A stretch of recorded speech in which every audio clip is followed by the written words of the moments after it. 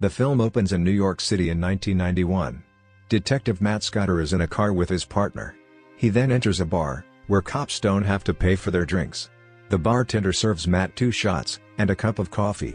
2 punks then come in, and try to take some money, when the bartender says no. They shoot the man in the chest, prompting Matt to take his gun, and fire at them. He runs into the street, and shoots one man down. The second man and a third drive away. Matt shoots the driver, while the final man flees. Matt gets him in the thigh, and follows him down some steps. And finally Matt shoots him down. Over the opening credits, we see a woman lying down, with her eyes wide open. A man kisses her cheek. Then we see another man next to him. The woman also happens to have tape on her mouth. A tear rolls down her cheek. 8 years later, Matt, now a recovered alcoholic, is in a diner about to have a meal, when a junkie, named Peter, approaches him, asking Matt for help for Peter's brother.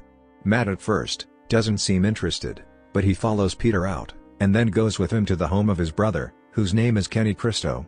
Kenny knows of Matt's work as a private investigator, and offers him $20,000 to find the men that kidnapped and killed his wife, despite Kenny paying the ransom they requested. Matt figures out that Kenny is a drug trafficker, and refuses to help him. Matt returns to his apartment, and finds Kenny sitting outside, waiting for him. He tells her his wife's name, to assure Matt that he did care about his wife. Through a flashback, we see the moment Kenny got the phone call from the kidnappers, demanding a ransom of $500,000, while Kenny tried to haggle them for $400,000. The main kidnapper threatened to send Kenny one of Carrie's breasts, to prove he was not messing around. Kenny complied, and brought the money to the area they told him to go to, and to wait for Carrie to get back in the car. But she never arrived. He was then told to look in the trunk of an old car in Red Hook. There were many bags in there. Kenny picked one up, and cut it open, and blood spilled out. Kenny hands Matt a tape recorder that was in the trunk. Matt listens to it after Kenny leaves, which has a recording of the kidnappers harming Carrie, and her screaming. This gives Matt cause to investigate. Matt looks around Red Hook to get leads. What he knows is that the kidnappers were most likely involved with the DEA. All the people he asks say they saw a van and 2 men close to where Carrie was last seen. Every person Matt asks gives him a different name of what was written on the van, since the 2 men keep repainting the van. Then Matt goes to the library to find articles on similar killings. He reads 2 articles on victims named Marie Gotskind and Layla Anderson.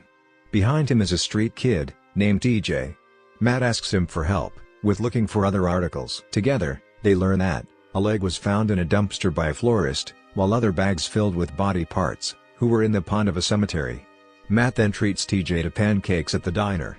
Matt goes to the cemetery to speak with the groundskeeper, named as Jonas Lugan.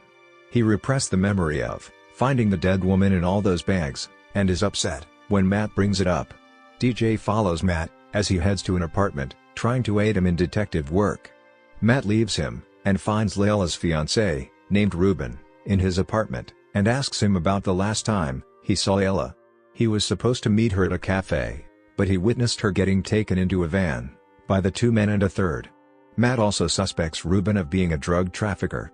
Matt looks out the window, and sees a cage of birds on the rooftop of the building across the street. He goes to that building, and finds a shed at the top that belongs to Jonas. In it is a page of a book he was writing, along with pictures of Ruben and Layla. Jonas finds Matt in there, and takes out a knife. Matt convinces him to put it down. Jonas admits that he was the driver when he and the 2 men kidnapped Layla.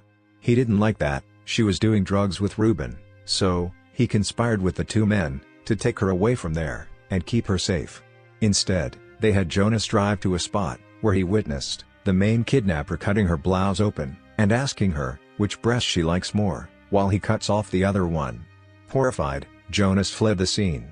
Matt asks where he can find them. Jonas feeds his birds and gives Matt one name before he jumps off the roof and lands on a car. After that, we meet the 2 kidnappers, named as Ray and Albert, in their home, reading about Y2K fears. They drive by the home of another drug trafficker, named Yuri Landau. They see Yuri's pretty 14-year-old daughter, named Ludmilla, better known as Lucia, walking her dog. She quickly waves to the men as she passes their van. Ray is enchanted by her. Matt goes to a store and asks the owner about Marie Gotskind. Matt later goes to an apartment, where he is struck by the owner and his son, since they have apparently been repeatedly accused of killing her. They tell Matt that she was a cop, and that she was dealing drugs along with them. Matt comes across TJ in the streets, now carrying a gun he found. Matt tells him how to use it, and then says TJ should shoot himself in the head, because that's all that can happen if he's carrying it.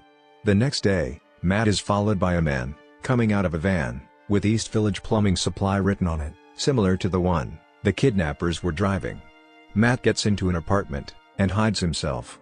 He wraps a scarf around his fist and gets the man to peek his head through the window before he smashes through it into the guy's face.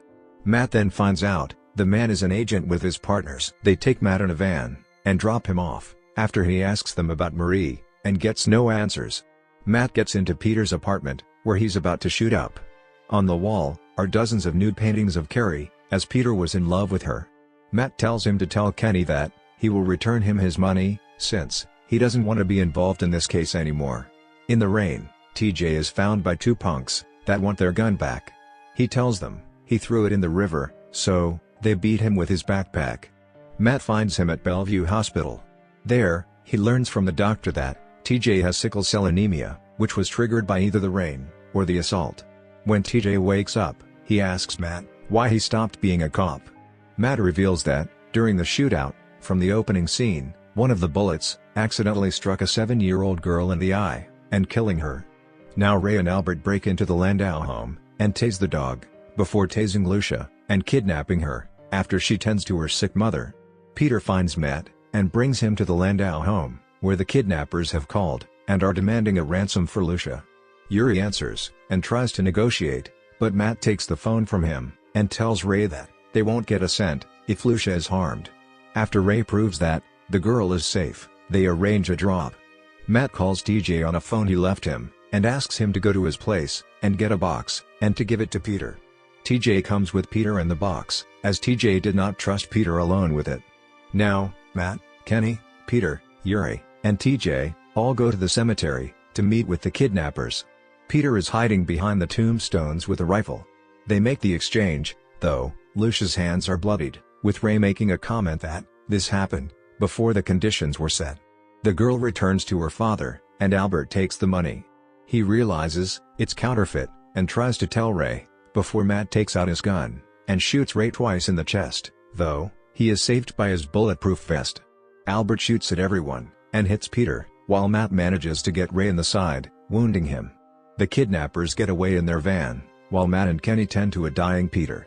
Peter tries to admit his love for Carrie, but since he can only say, "I loved," Kenny takes it as an admission of brotherly love, and he returns it. Matt goes to the car and sees TJ is missing. TJ snuck into the back of the kidnappers' van and followed them to their home. He gets the street name and lets Matt know. In their house, Ray and Albert try to patch up Ray's bullet wound. They go to the basement, where Albert strangles Ray with the garrote. He goes back upstairs to eat, when Matt, Kenny, and TJ come into the house. Matt cuffs Albert to a pipe and leaves him to Kenny. Matt sends TJ back to his place in a cab. Kenny whacks Albert in the head with a bottle and goes downstairs to find Ray. Albert gets himself loose, but Matt decides to go back inside and finish the job, remembering the 12 steps he heard at an AA meeting. He finds a bloody scene and sees Kenny is dead downstairs, a pool of blood around the steps. Matt slips on the blood and falls down the steps. Albert nearly kills him with the garrote, but Matt fights back.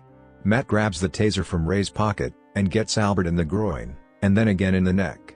Matt grabs a gun on the floor and shoots Albert in the head. After that, Matt returns home to find TJ sleeping on the couch. He spots a drawing that TJ made of himself as a superhero. Matt sits down and slowly closes his eyes. So friends, this is all about the movie. Hope you enjoyed this recap, but before leave, please like, subscribe and share my channel. Thank you.